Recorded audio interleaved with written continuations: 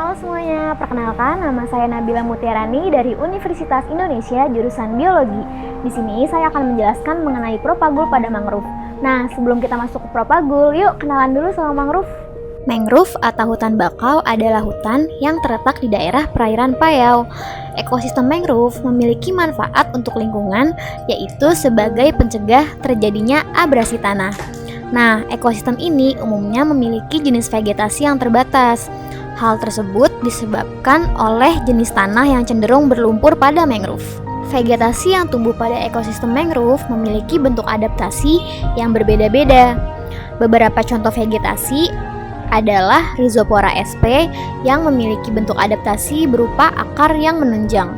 Kemudian terdapat juga Bruguiera sp yang memiliki bentuk adaptasi akar lutut atau knee-root. Jadi, pada video kali ini saya akan menjelaskan mengenai propagul yang merupakan bentuk adaptasi dari tumbuhan red mangroves pada ekosistem mangroves. Propagul ini umumnya dihasilkan oleh tumbuhan dalam bentuk biji maupun spora. Nah, teman-teman, seperti yang kita ketahui, pada umumnya tumbuhan akan menghasilkan buah pada saat bereproduksi, yang kemudian buah tersebut akan terjatuh ke tanah. Dan ketika buahnya sudah terdegradasi, maka biji yang terkandung di dalam buah tersebut akan berkecambah pada tanah dan akhirnya terjadilah dispersal. Namun, hal yang berbeda terjadi pada tumbuhan red mangroves yang tumbuh pada air dengan salinitas yang tinggi.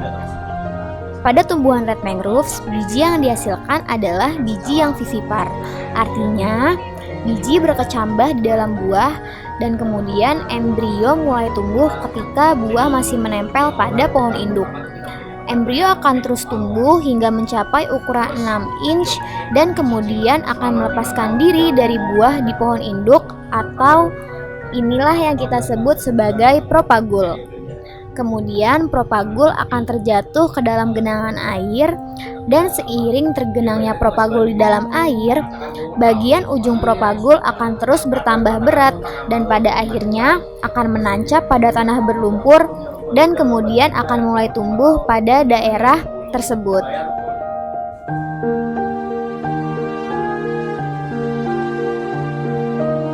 Hal ini memungkinkan terjadinya penyebaran tumbuhan red mangroves pada daerah-daerah lain, yang kemudian akan membentuk struktur komunitas vegetasi pada ekosistem mangrove. Nah, teman-teman, di samping propagul yang memiliki fungsi sebagai agen dispersal dan juga sebagai salah satu penentu faktor struktur komunitas vegetasi pada ekosistem mangroves, tumbuhan red mangrove sendiri memiliki banyak manfaat loh untuk lingkungan. Akar pada red mangroves akan menahan daun dan kotoran-kotoran lain agar tidak mengalir ke laut, sehingga laut akan terjaga kebersihannya. Selain itu, red mangroves juga mengurangi resiko terjadinya abrasi dengan memecah gelombang air laut dan menahan tanah. Nah, jadi kesimpulannya, propagul merupakan bentuk adaptasi pada tumbuhan red mangroves yang berfungsi sebagai agen dispersal pada ekosistem mangroves. Selain itu, propagul juga berfungsi sebagai salah satu faktor penentu struktur komunitas vegetasi pada ekosistem mangrove. Nah, semoga bermanfaat ya teman-teman informasinya. Sekian dan terima kasih.